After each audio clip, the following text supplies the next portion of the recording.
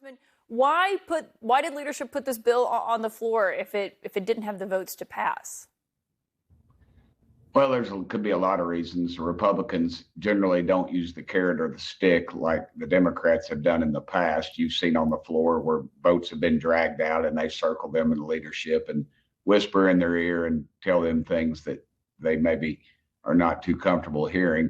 But we don't do that. We allow for the free thinking of others. Well, actually, Congressman, and frankly, it just Congressman, I want to hear your answer, and I like to let people talk when they're a guest on this show. But I do have to say, there were reports that people were going up to Congressman Mike Gallagher after he had voted against impeachment. Oh, sure. I'm sure there were. But it wasn't any orchestrated thing. It was different people. I asked somebody, I asked Matt Gaetz or one of them, I said, where is Gallagher? And they said, we don't know. And so I don't know where he was, but obviously folks are allowed to do that, and they do that. And, if they, whatever way they used to or tried to convince him, obviously it wasn't very successful. But obviously the speaker knows that these folks will go home, and they do know the lack of popularity that they have, this vote will have with the base. So I suspect we'll be coming back next week, and you'll probably see a different outcome. What about what Congressman Gallagher said, though, in his statement, that this is setting a precedent that this will happen when Republicans are in the White House? Well, it's already happened when Republicans were in the White House. The Democrats impeached Trump twice, but not a member of the cabinet. Believe, that's historic.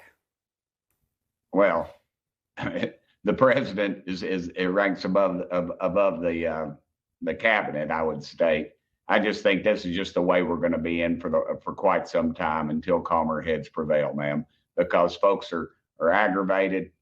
And honestly, I mean, the uniparty runs this thing. It's not the Democrats or Republicans. We ought to be ashamed of ourselves of the crazy spending, taking in $5 trillion, spending $7 trillion every year, and trying to explain that to the American public. But can I ask about Republicans specifically? Because what we saw in today just alone, the effort to impeach the Homeland Security Secretary that y'all have been trying to do for months failed.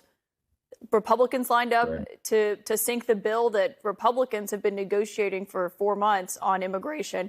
And the standalone bill to send aid to Israel tonight also failed in the House. I mean, doesn't that add to the perception that you guys can't govern? Well, I mean, sure it does at CNN, but the American public understands that deal in the Senate was cut behind the scenes. It had nothing to do with Republicans or Democrats.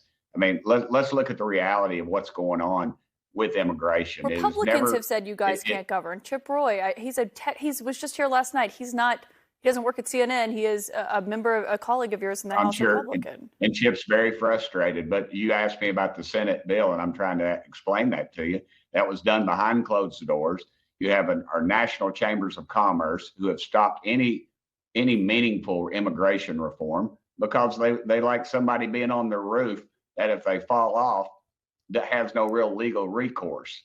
They're afraid they're going to be reported to immigration and will be transferred out of the country. So they have that great fear. This is about cheap and free labor, ma'am. It has nothing to do with doing what's right for the poor people of Central America. There were other efforts included in that as well.